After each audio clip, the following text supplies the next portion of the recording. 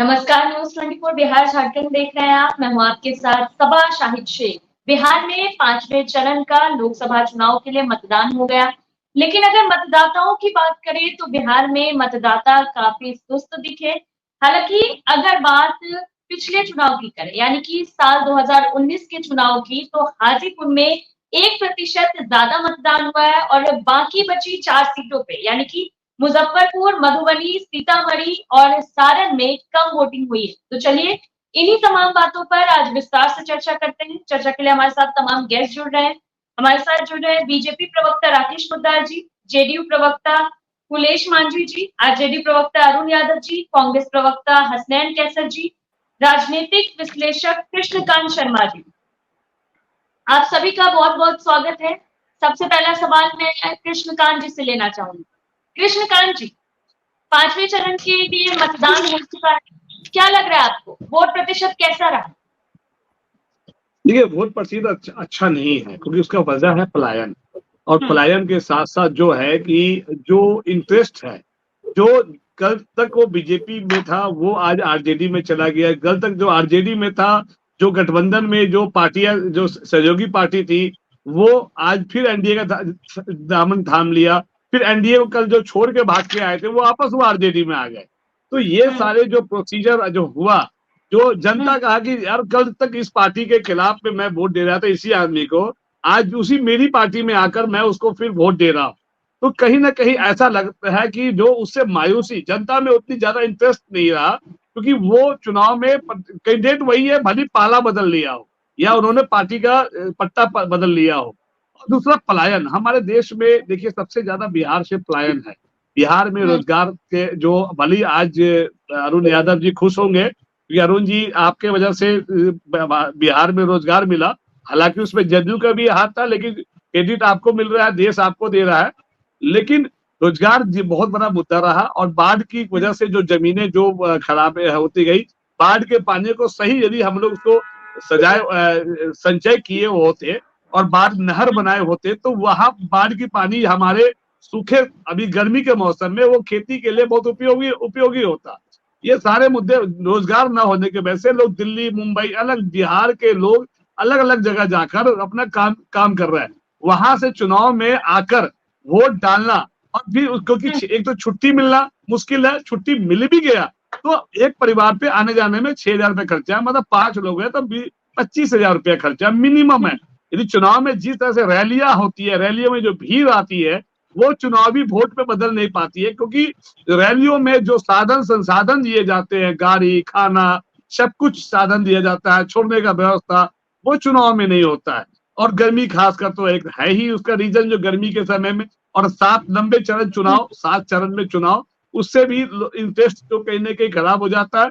तो जो काम आज रोजगार जिस तरह से बिहार में यदि आगे भी ये चलता रहा सिलसिला, तो जरूर एक न एक दिन पलायन रुकेगा और रोजगार और के लिए कोई भी अपने परिवार को छोड़ के दूर गांव में जाके रहना नहीं चाहेगा, चाहता भी नहीं है। हर सबको मन करता है कि घर में रहने का दिल है। आज हमें भी दिल करता है कि हम बिहार जाके रहे, अपने माता पिता के साथ वहां की खेती संभाले और साथ में वहां पे रोजगार भी मिल जाए। पर अच्छे रोजगार की अपॉर्चुनिटी, अच्छी पढ़ाई नहीं है, अच्छी शिक्षा नहीं की वजह से हम बाहर आते हैं। बट ऐसा लग रहा है कि जो चुनाव आपने देखा होगा हाजीपुर में, लोग कह रहे हैं कि चुनाव में चिराग पासवान जीतेंगे, लेकिन ऐसा नहीं है। चुनाव में जिस तरह से वोट परसेंटेज ज्यादा हुआ है, 1% ही हुआ एटलीस्ट हुआ है, तो और जिस तरह से वहां पे हनुमान को राम की जरूरत पड़ गई, हालांकि राम की सेवा हमेशा हनुमान ने किया, बट जिस तरह से पीएम मोदी का महारैली हुआ वहां पे हुआ हाजीपुर में, तो कहीं ना कहीं जो ऐसा लग रहा था कि वहां पे पूरा सा माहौल ठीक नहीं था, जिसको प्रधानमंत्री मोदी तभी वहां जरूरत पड़ती है, मोदी वहां जाते हैं जहां लगता है कि यहाँ पे खराब है, चाहे वो मधेपुरा हो, चाहे वो सहरसा हो, चाहे वो जमुई हो, चाहे वो नवादा हो, चाहे वो वैशाली हो, तो वहां पे गए हैं। खासकर आपने देखा होगा पप्पू यादव की जगह पे भी है, वहां पे भी मधुबनी में और इस सब जगह पे भी बड़े नेता वहां पे बड़ी बड़ी रैलियां कर रहे हैं। तो ये ऐसा लगता है कि कहीं ना कहीं बिहार में जिस तरह से टक्कर हो रहा है, जिस तरह से महाराष्ट्र में टक्कर हो रहा है, इस बार 400 के पार का नारा जो है वो पॉसिबल होगा नहीं होगा, यदि होता है तो हम लोग तो थैंक यू बोलेंगे, कि जो कहा सो किया, जो जो हमने बोला। लेकिन जहां तक अभी तक देख के लगता है कि 303 आ जाए वही बहुत है। हालांकि सरकार बन जाए, मतलब 303 छोड़िए, सरकार बन जाए वही बहुत है। मेरा चलिए आकलन ठीक ये है, कहता है कि ठीक है बिहार में प्रकाश जी, बराबरी का हम है। आपके पास आएंगे जी। चलिए ठीक है, तब तक हसनैन कैसर जी का रुख करते हैं। हसनैन कैसर जी, अगर बात करें मतदान की, तो वोट प्रतिशत तो कम हो रहा है, मतदान सुस्त दिख रहा है, तो इससे कहीं ना कहीं सभी पार्टी के लिए ये टेंशन का विषय तो है ही कि सिर्फ गर्मी को तो इसकी वजह नहीं बता सकते हैं। बात ये भी हो सकती है कि किसी भी पार्टी पे भरोसा नहीं हो रहा, लोग उतना सिंसियरिटी इसलिए नहीं हो रहे हैं क्योंकि उन्हें वोट ही नहीं करना। तो क्यों नहीं करना, आखिर ऐसी क्या बड़ी वजह आ रही है? सबा जी, बहुत बहुत शुक्रिया न्यूज 18 के लिए कि आपने मुझे यहाँ पे बुलाया एक अच्छे विषय पे चर्चा के लिए। देखिए, अभी जो शर्मा जी बोल रहे थे कि बिहार में पलायन, उसके बाद सूखा, लोगों का कैंडिडेट का इधर से उधर आना, लंबे समय तक का चुनाव होना, ये बातें कुछ हद तक तो लगती है। लेकिन मुझे जो अभी फैक्टर सबसे ज्यादा लग रहा है कि एक लंबे समय का चुनाव का होना, ये बहुत बड़ा फैक्टर होता है। कम समय में होता है, लोगों में उत्साह बना रहता है, लोग अपने कामों से छोड़ करके इसमें हाथ बढ़ाते हैं।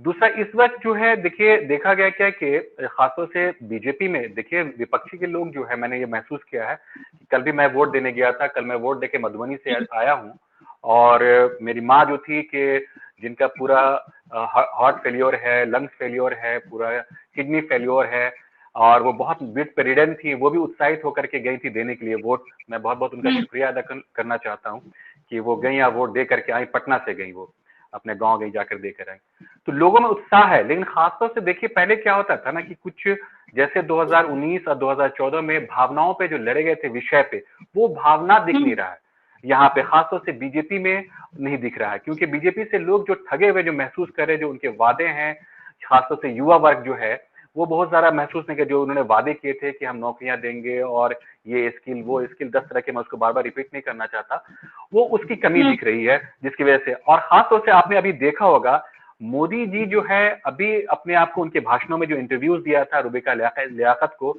उन्होंने पार्टी से भी अपने आप को बड़ा करना शुरू कर दिया। इसका भी जो निगेटिव इम्पैक्ट है उनके वोटर्स में पड़ा है। साथ साथ जो है, ये देखिए, अभी नड्डा जी ने अपना इंटरव्यू में कहा था कि भाई मुझे आरएसएस की जरूरत नहीं है।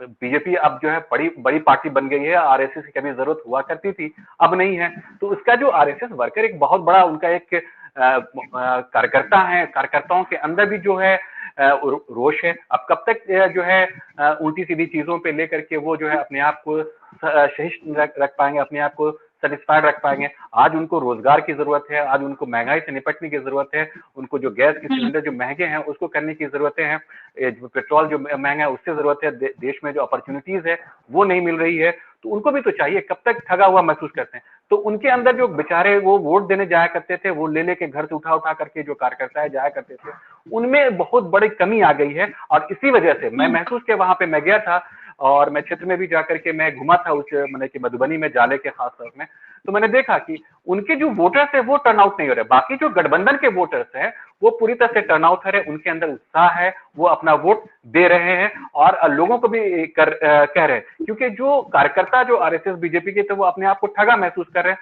तो शर्म की वजह से भी एक हो सकता है, ये मैं पूर्ण रूप से नहीं कह सकता हूं कि जो लोग इस बात को कहते थे तो वो नहीं जा पा सकते हैं। लेकिन जैसे पलायन है, पलायन पिछली बार जो है भावनाओं पे, जो 19 में जो है भावनाओं पे जो इलेक्शन लड़ा गया था, तो लोग बाहर से आगा के वोट दिया करते थे। इस बार वो चीज देखने को कम मिली है।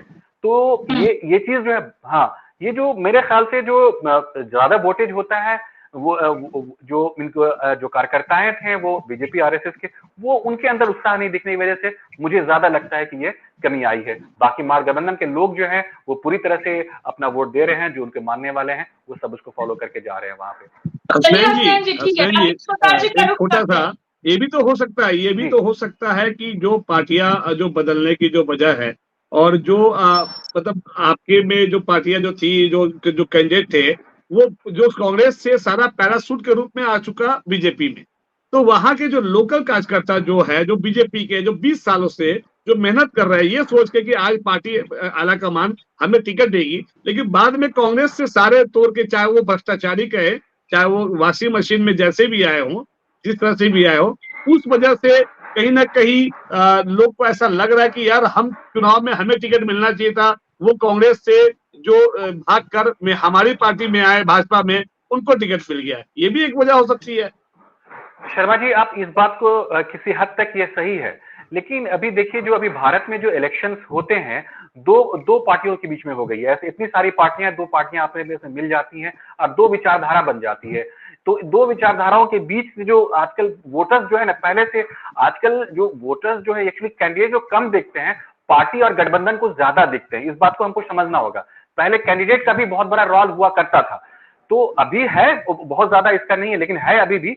तो ये तो मैं आपको मानता हूं इस बात को कि जो कैंडिडेट पहले दूसरे पार्टी में हुआ करते थे और इस पार्टी में आ गए, उनसे भी तो है जो वोटर्स है उनके अंदर नहीं, मैंने कुछ कहा कि जो दागी नेता थे कांग्रेस के, वो भाजपा में आते ही टिकट ले लिए।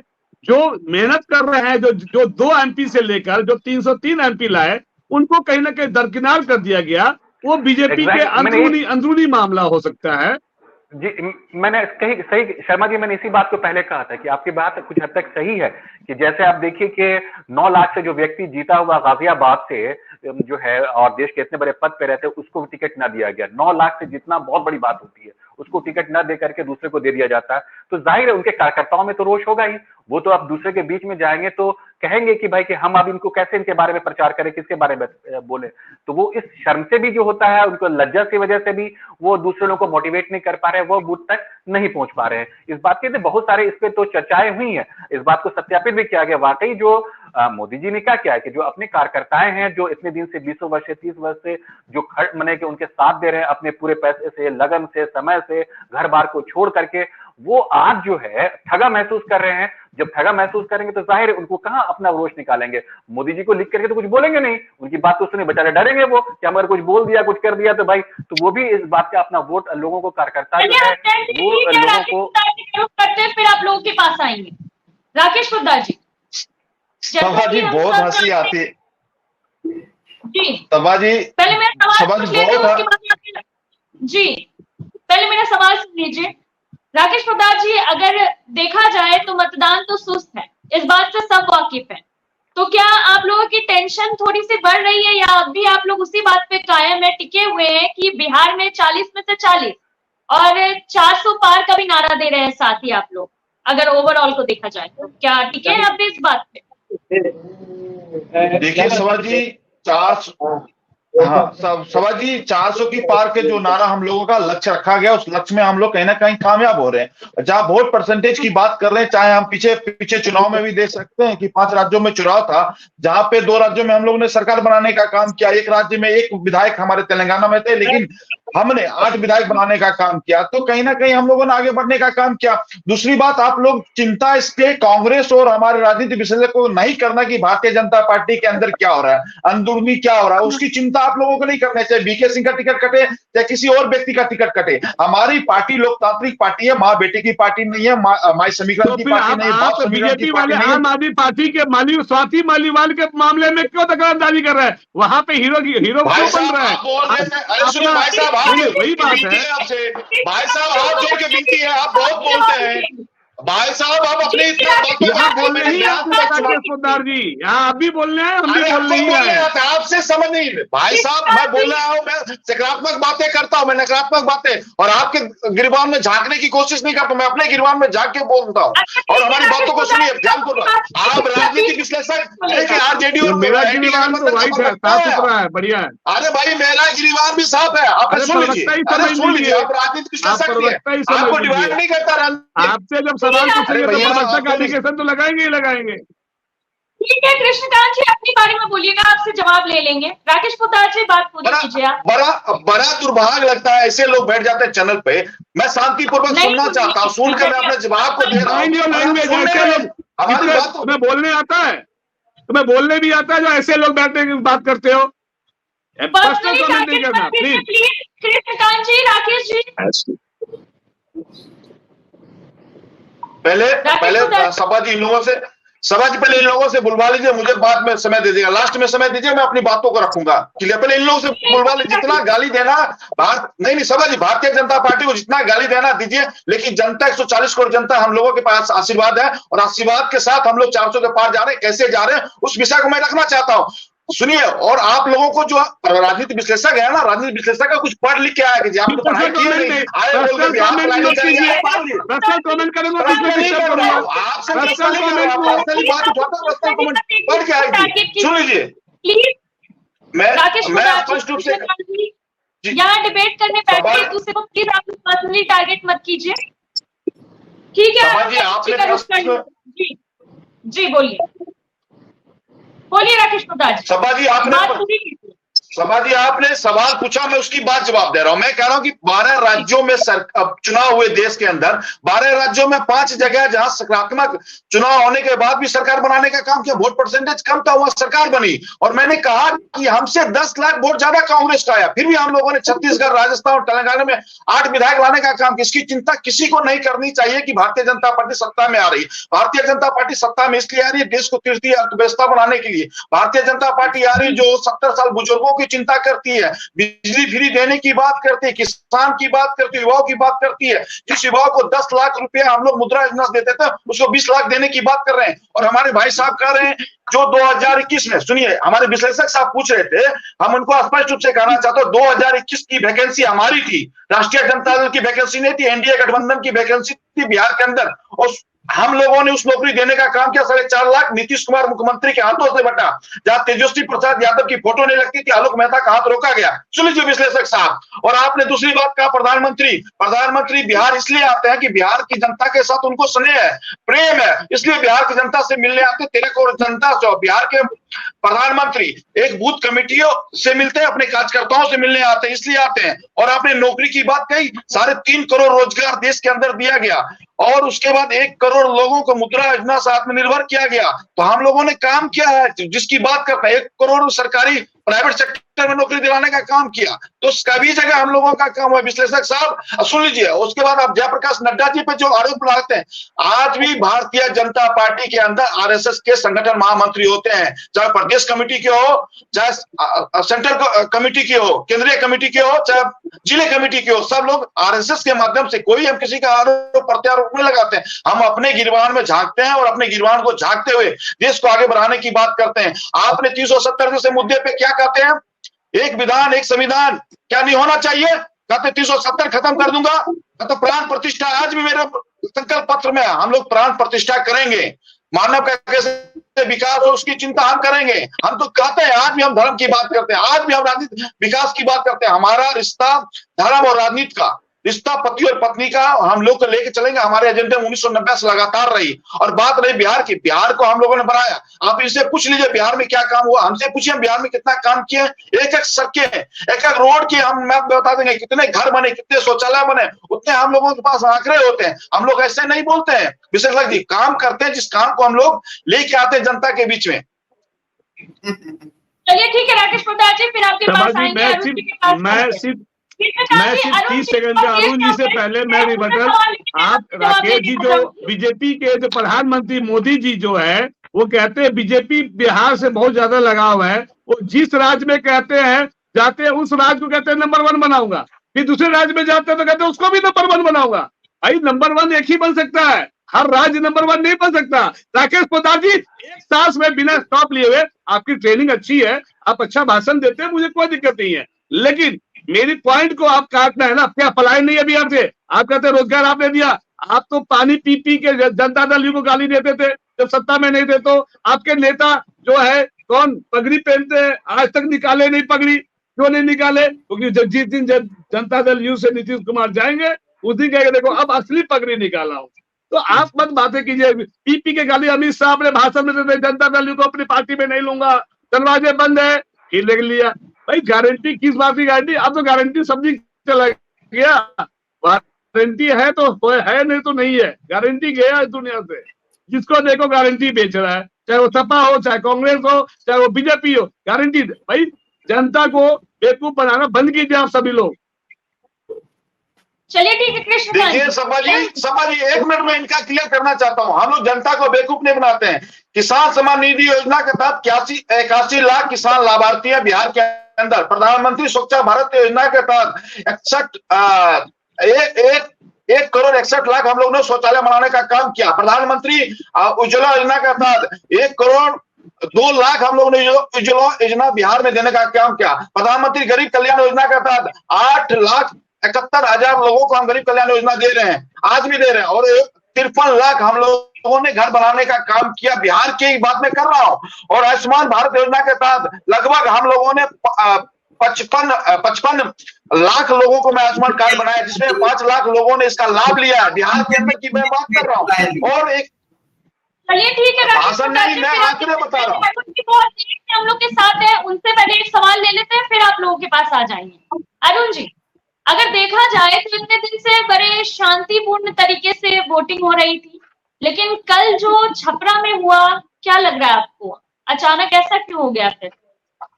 सभा जी, लगातार छपरा में ही नहीं बल्कि इससे पहले मुंगेर में भी आपने देखा होगा, यही बौखलाहट है भारतीय जनता पार्टी की, यही बेचैनी है भारतीय जनता पार्टी की। चूंकि बिहार से इनका सफाया हो रहा है और जिसका कारण आप देख रहे हैं, प्रधानमंत्री जी यहाँ दंडवत ही नहीं दे रहे हैं बल्कि लगातार नाइट हॉल्ट कर रहे हैं। हमें तो लगता है प्रधानमंत्री जी यहाँ घर भी बना लेंगे पूरा चुनाव तो कुछ होने जाने वाला नहीं है, क्योंकि बिहार की जनता ने तय कर लिया है, मन बना लिया है कि ये जो बरकत झूठा हमारे बड़े साहब हैं इनको हटाना है। क्योंकि आजादी के बाद बहुत प्रधानमंत्री देश ने देखा, लेकिन इतना निम्न स्तर का प्रधानमंत्री देखा ही नहीं। घटिया बात करता, एक छाप की तरह बात करता, चरण में अपने बयानों को बदलता हो। घोषणा पत्र जो होता है सभा जी, वचन जो होता है मर्द का, जुबान जो होता है जुबान होता है। आपने देखा 2014 के लोकसभा चुनाव में, आपने देखा 2019 के लोकसभा चुनाव में, अभी लंबी चौड़ी भाषण दे रहे थे, कागज में जो लिखा पूरा एक ही बात प्रत्येक दिन भारतीय जनता पार्टी के लोग बोलते हैं, लेकिन यह नहीं बताएंगे कि 2014 के लोकसभा चुनाव में प्रत्येक वर्ष 2 करोड़ नौकरी देने की बात की थी और 10 साल में 20 करोड़ नौकरी होता है। वही सवाल बार बार जब भी प्रधानमंत्री आते हैं तो हमारे नेता आदरणीय तेजस्वी यादव जी दागते हैं कि आप भाई तो ये बताइए ना 20 करोड़ नौकरी, इसके पास जवाब नहीं है। इन्होंने कहा था 100 दिन के अंदर महंगाई कम करेंगे, आज तक महंगाई नहीं कम हुई। इन्होंने कहा था अच्छे दिन लाएंगे, आज तक अच्छे दिन नहीं आए, 10 साल बीतने को चला। इन्होंने कहा था विदेशों से काला धन लाएंगे और प्रत्येक नागरिकों के खाते में 15-15 लाख रुपए देंगे, आज तक नहीं पता चला विदेशों में जो काला धन था आया या नहीं आया।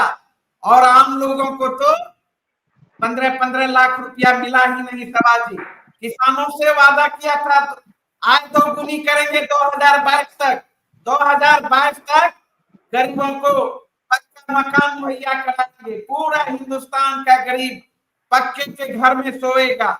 आपने देखा दिल्ली के बॉर्डर पर आजादी के बाद पहली बार इसके सरकार में अन्नदाता हमारा किसान अपनी मांगों को लेकर जो संघर्षरत था, आंदोलनरत था, 750 किसान शहीद हो गए, लेकिन इनके कानों में जू तक नहीं रहेगा। ये है भारतीय जनता पार्टी की सरकार, ये है नरेंद्र मोदी जी। और आज जो बिहार आ रहे हैं, बिहार की जनता का ये डिमांड नहीं था, खुद गला फाड़ फाड़ के प्रधानमंत्री जी ने पूर्णिया के रणभूमि मैदान में 2014 में कहा था बिहार को विशेष राज्य का दर्जा देंगे। खुद उन्होंने कहा था मुजफ्फरपुर का जो पताही एयरपोर्ट हम चालू करेंगे, भागलपुर का एयरपोर्ट चालू करेंगे, पूर्णिया का एयरपोर्ट चालू करेंगे, बिहार में जितनी चीनी मिल बंद है सबको चालू करेंगे। आज तक कुछ नहीं हुआ। उन्होंने खुद कहा था हम दरभंगा में चालू करेंगे, भाषणों में चालू कर दिया दरभंगा है, लेकिन जमीन पर आज तक नहीं है। अमित शाह पूर्णिया से हवाई जहाज चालू करा दिए, उड़ा दिए, उड़ान भरने लगा भाषणों में, लेकिन वहां जब आप जाएंगे एयरपोर्ट पर टिकट काउंटर के पास तो वही मैदान नजर आएगा। यह है भारतीय जनता पार्टी का चाल और चरित्र और चेहरा। इसलिए बिहार की जनता और देश की जनता अब ये जो बहुरूपिया प्रधानमंत्री है, ये जो भारतीय जनता पार्टी है, इसके चंगुल में आने वाला नहीं है। और बिहार की जनता ने तय कर लिया है। सभा जी अभी बोल रहे थे, हमारे राकेश जी बोल रहे थे 2021 में नौकरी की बात कर रहे थे। आज भी सीतारमन जी आए हैं बिहार, वही सीतारमन जी हैं, निर्मला सीतारमन जी वित्त मंत्री जी। 2020 के बिहार विधानसभा चुनाव में पहली बार रोजगार और नौकरी के सवाल पर तेजस्वी यादव जी ने भारतीय जनता पार्टी को अपने पीठ पर लाने का काम किया। जब तेजस्वी यादव जी ने 10 लाख नौकरी का वादा किया तो सीतारमन जी आके तमाम भाजपाई का जो मठाधीश है पटना में प्रेस कॉन्फ्रेंस करके कहा कि हम 19 लाख नौकरी देने का काम करेंगे। सरकार बनी एनडीए की 2030 से लेकर 2009 अगस्त 5 तक एनडीए की सरकार रही, लेकिन 19 नौकरी नहीं किया। अगर हमारी सरकार बनी, नीतीश जी छोड़ के आए एनडीए, 9 अगस्त को बिहार में महागठबंधन की सरकार बनी और 15 अगस्त 2022 से नौकरी का पिटारा खुला और तेजस्वी यादव जी ने 5 लाख नौकरी दिया बीपीएससी के तहत। 2 लाख 17 के तहत नौकरी दिया और विज्ञापन निकाला। पूछिए बेशर्म भाजपाइयों से कि यह विज्ञापन अरुण जी फिर आपके पास आएंगे। पुलिस जी भी हमारे पास बहुत देर से एक सवाल उनसे ले लेते हैं, फिर राकेश प्रसाद जी के पास जवाब लेंगे। राकेश प्रसाद जी के बाद आपके पास आएंगे। ठीक है पुलिस मांझी जी, आपको आवाज आ रही है? म्यूट पे आप अनम्यूट कर लीजिए। जी जी बिल्कुल आपकी आवाज आ रही है मैडम। जी जी, 5वें चरण का चुनाव भी हो गया, हालांकि मतदान काफी दिखा। क्या लग रहा है आपको, कौन किस पर भारी पड़ रहा है? अरे हम तो बता रहे हैं, हमारे साथी भी बता रहे हैं। देखिए अभी बता रहे थे आपको राकेश पोद्दार जी, जिस तरह से काम डबल इंजन की सरकार ने बिहार में किया है वो छुपा हुआ नहीं। आज मान ले विपक्ष के नेता जो अपना डंका पीट रहे हैं, छाती पीट रहे हैं, रुग्ण कर रहे हैं, उसके पीछे तो उनको पता है कि हम क्यों ये चिल्लाहट झल्लाहट इतना बेचैनी क्यों है भाई। इस बेचैनी के पीछे साफ साफ जाहिर है कि जो परिस्थिति है, इस परिस्थिति में वो उन्होंने कोई काम नहीं किया। आज हमारे नेताजी ने उनको, हमारे आदरणीय मुख्यमंत्री श्री नीतीश कुमार जी ने गाहे बेगाहे उनको मंत्री बनाए, सेवा करने का मौका दिए, तो उस मौका का पूरा क्रेडिट लेने में लगे हैं। और ऐसे तो होने वाला है नहीं। जनता सब जानती है कि आपके और हमारे जो विपक्ष के प्रतिपक्ष के नेता हैं, उनके माता पिता का 15 साल का शासनकाल रहा है। उसको भली भांति बिहार के 12 करोड़ आवाम और आज उससे भी अधिक लोग जानते हैं कि न सड़क था, न बिजली थी, न पानी थी, सब जर्जर था। बिजली के पोल पर माँ बहनें कपड़ा डालती थी, कपड़ा सुखाने के लिए, और गड्ढा में रोड था कि रोड में गड्ढा था वो भी था। लॉ एंड ऑर्डर और व्यवस्था आप जानते होंगे कि 6 बजे माँ बहन बेटी नहीं निकलती थी घर से। तो वो जो बुरे दिन था उसको भी दिखाना होगा ना, बताना होगा ना।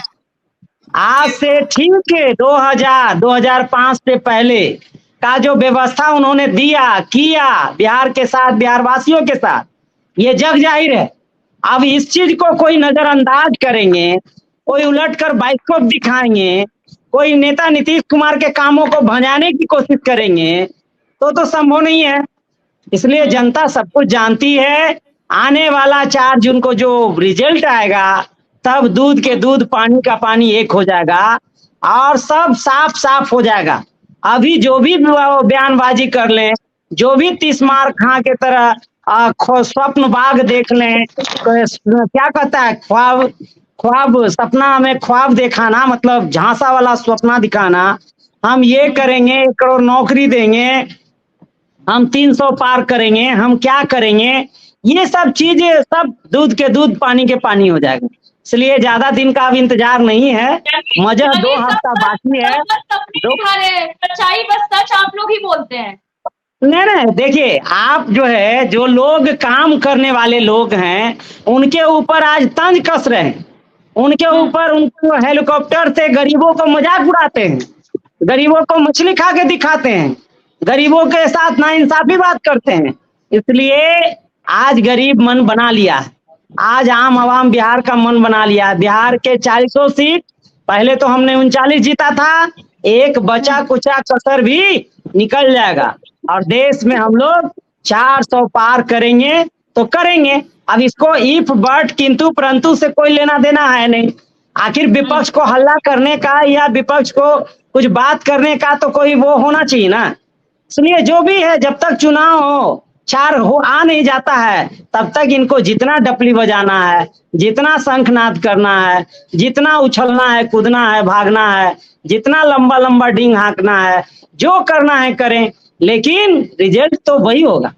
रिजल्ट आम जनता का 140 करोड़ आवाम का मन मिजाज बन चुका है। इसलिए हम लोग आश्वस्त हैं, हम लोग विश्वस्त हैं, हम लोग संकल्पित हैं, हम लोग प्रतिबद्धित हैं, हम लोग निश्चिंत हैं, हम लोग झांसा में आने वाले नहीं। इसलिए मैडम जब आप सब कुछ जानते हैं 400 सीट आ ही रहा है, तो ये भी बता दीजिए कौन कौन सा सीट आ रहा है महाराष्ट्र में आपका। तो कुछ तो जब इतना भविष्यवाणी आप जानते ही हैं, पहले ही से सब कुछ भविष्यवाणी जानते हैं, तो बता दीजिए कौन सा सीट। अच्छा, मुंबई वाला नवी मुंबई कौन जीतेगा? आप जो कह रहे हैं, आप जो ये कह रहे हैं, ये बात अच्छी बात नहीं है कि भाई हम बता दें कि हम कहाँ जीत रहे हैं। अरे 500 में 400 तो ये भी बता दिए कौन सा सीट 400 में 400 नहीं बोली है, पूरे 543 में 543 में। ठीक है, राकेश देखिए सभा जी, मैं स्पष्ट रूप से कहना चाहता हूं कि कांग्रेस मात्र 300 सीटों पे चुनाव लड़ रही है और 2014 में उन्होंने 400 सीटों पे चुनाव लड़ा, मात्र 10% सीट ही आया था, यानी 40 सीट आया था। उसके बाद 19 में 440 सीटों पे लड़ा, 10% सीट यानी 40 सीटें आई थी। और मेरा इनका मुकाबला कांग्रेस और जितने भी गठबंधन के लोग 185 सीटों पे इनसे मेरा सीधा मुकाबला है, 185 सीटें ही। और हम लोगों ने अभी 303 के लगभग 304 के पार हो चुके हैं अभी तक के चुनाव में। और मैं स्पष्ट रूप से कहना चाहता हूं कि अरुण यादव जी बोल रहे थे कि देश के प्रधानमंत्री बार बार बिहार क्यों आते हैं। मैं कहना चाहता हूं कि देश के प्रधानमंत्री 13 करोड़ जनता से मिलने आते हैं। लालू प्रसाद यादव जी क्या करते थे, इंदु कुमार गुजराल, देव गौड़ा से मिलने के लिए अपने घर के बाहर ही बैठा रखते थे।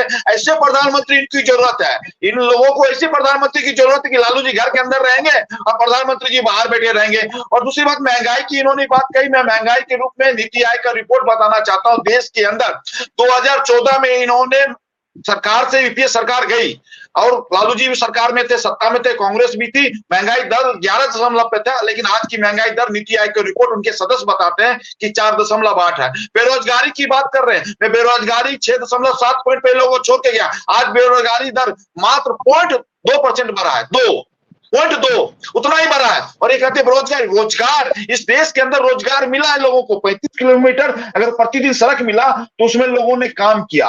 हम लोगों ने 56 एम्स बनाने का काम क्या उसमें लोगों को रोजगार नहीं मिला। क्या हमने बता सकते हैं डेटा कहाँ से? एक बार सबके पास सुन लीजिए, अरे सुनिए, उसके बाद मैं कहना चाहता हूं। और इन्होंने डेटा जो आपने जो निकाला है भाई साहब से साइड से निकाला, मुझे बता दे तो मैं भी देख लेता हूँ। सुन लीजिए, सबके पास आऊंगी, एक मिनट में खत्म करना चाहूँ। और उसके बाद इन्होंने कहा कि आपने घर नहीं बनाए, 3 करोड़ घर बनाने के बाद बता रहा हूँ, 16 करोड़ शौचालय बनाया, किसान निधि योजना का था 6,000 रुपए सीधा किसान में देने का काम किया, SC और ST किसान के 6.5 लाख रुपए हम लोग इस बजट में लाए। भैया बजट पढ़ लीजिएगा 2024 का। और नौकरी और 30 सेकंड सबको देंगे, ठीक है? सभा जी, मुझे जो डेटा राकेश पोद्दार जी बता रहे थे, बीजेपी के प्रवक्ता, वो कौन सा साइड से नीति निकाले आयोग का हैं? रिपोर्ट पढ़िएगा, यह नीति आयोग का रिपोर्ट पढ़िए, 2024 का बजट पढ़िए, आप लोड है तब भैया पढ़ लिया कीजिए, नीति आयोग का रिपोर्ट पढ़ा कीजिए, योजनाओं के बारे में तो पढ़ा महंगाई कीजिए, दर कम हो आवास गया। योजना के बारे में, सड़क योजना के बारे में, प्रधानमंत्री सड़क 2000 योजना के का बारे लेके में, मार्केट में देते हैं तो 3 दिन का सब्जी नहीं हो पाता है, दाल चावल नहीं हो पाता है। अरे भैया नीति आयोग का रिपोर्ट पढ़ते हैं कि नहीं? नीति आयोग का रिपोर्ट पढ़ा कीजिए मेरे भाई साहब। ये कौन नीति आयोग कहाँ से प्रकाशित होता है? आरएसएस से प्रकाशित होता है। नहीं भैया, भारत सरकार प्रकाशित करता है, राष्ट्रीय जनता दल कांग्रेस सोनिया जी नहीं प्रकाशित करती है, माननीय सोनिया जी प्रकाशित नहीं करती। इटली से आई हुई महारानी मेरी माता श्री सोनिया जी ने प्रकाशित करती है, इटली से आई हुई महारानी। अरे दुर्भाग्य है आप लोगों को भैया, आप लोग हमारे देश के कैसे नागरिक हैं?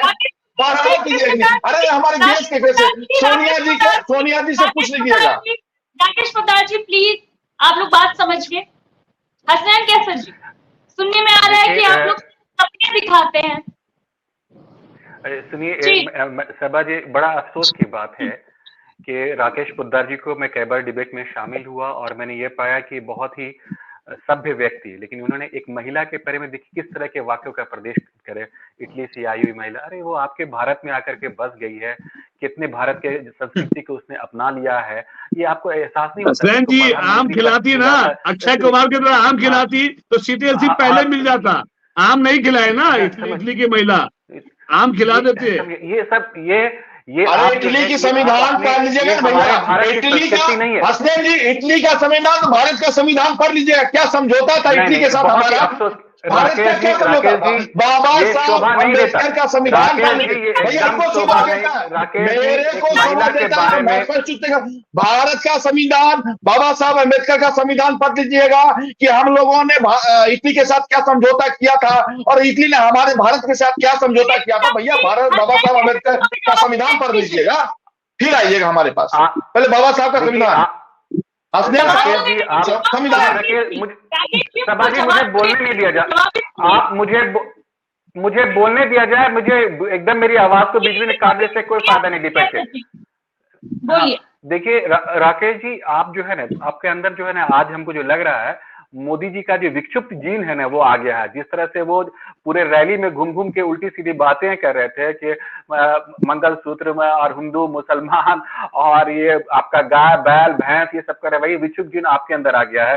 आज हमको यही मेरे चाचा आप थोड़ा सा चाचा सेम पे बोला था, चाचा सेम पे 2006 की बात कर ले, डॉक्टर मनमोहन सिंह की बात कर ले, देश के संसाधनों पर सबसे ज्यादा हक किसका है? अल्पसंख्यक मुसलमान का है। देश के सभी संसाधनों पर किसका हक है? राकेश जी एकदम गलत बोल रहे हैं सब लोग, आप एकदम जाहिल हैं, आपको पता नहीं है, आप एकदम जाहिल की बात कर रहे हैं और एकदम जाहिल है। आपको पता नहीं है, आपने समझ गए, आपको अपनी बेइज्जती ना कराइए। हसनैन जी आरएसएस यूनिवर्सिटी में पढ़ के आए ना, डिग्री उनका जो है ना एकदम जो है। आपने अभी जो बहुत सारी बातें कही हैं, आपके देखिए मैं बहुत सारा टीका टिप्पणी कर सकता हूं, लेकिन एक चीज आपको बता दूं, आपको जो अभी आपने बेरोजगारी दर बढ़ाई, सीएमआई का 1.1% है इस आपके अप्रैल मंथ में जो गया पिछला, और 7.4 जो है अनएम्प्लॉयमेंट दर जो अर्बन और रूरल दोनों में है सबसे ज्यादा है। आप तो डेटा जहां से उठा के ले आते हैं, और नहीं होगा तो वही सोनिया गांधी पे आ जाइए, मंदिर मस्जिद पे, गाय गोबर पे आ जाइए। कोई ऐसी बातें कीजिए जो कि आपके वोटर को आकर्षित कर सके। आप तो ऐसी बातें करते हैं जैसे लगता है कि बस इसके अलावा आपके पास तो है नहीं। हम पूरी तरह से मुतमईन है कि आप इस तरह से बातें करेंगे, जो व्यक्ति कहेगा उसी के आपको मानते हैं ना। जो व्यक्ति करेगा हमें 800 करोड़ लोग आपके साथ है, हमें तो ताज्जुब लग रहा था कि आप बोल रहे थे 400 140 बोल रहे थे। ये डेटा यही लिखा रहता है, देखिए 5 जने है ना, ये डेटा यहीं पे लिखा रहता है, सारा डेटा यहीं से आता है, यहीं से पढ़ते हैं लोग। तो ये जो है जो बातें जो है ये होनी चाहिए। दरअसल 5वें चरण के चुनाव के लिए मतदान हुआ, जिसमें मतदान प्रतिशत काफी ठंडा दिखा। हालांकि अब 4 जून को ही इसका फैसला होगा कि कौन किस पर भारी पड़ता है। फिलहाल के लिए इतना ही। देखते रहिए न्यूज़ 24 बिहार झारखंड। अगर आपको ये वीडियो अच्छा लगा तो इसे लाइक, शेयर और सब्सक्राइब जरूर करें। आप अपनी राय हमें कमेंट करके भी जरूर बताएं। नमस्कार।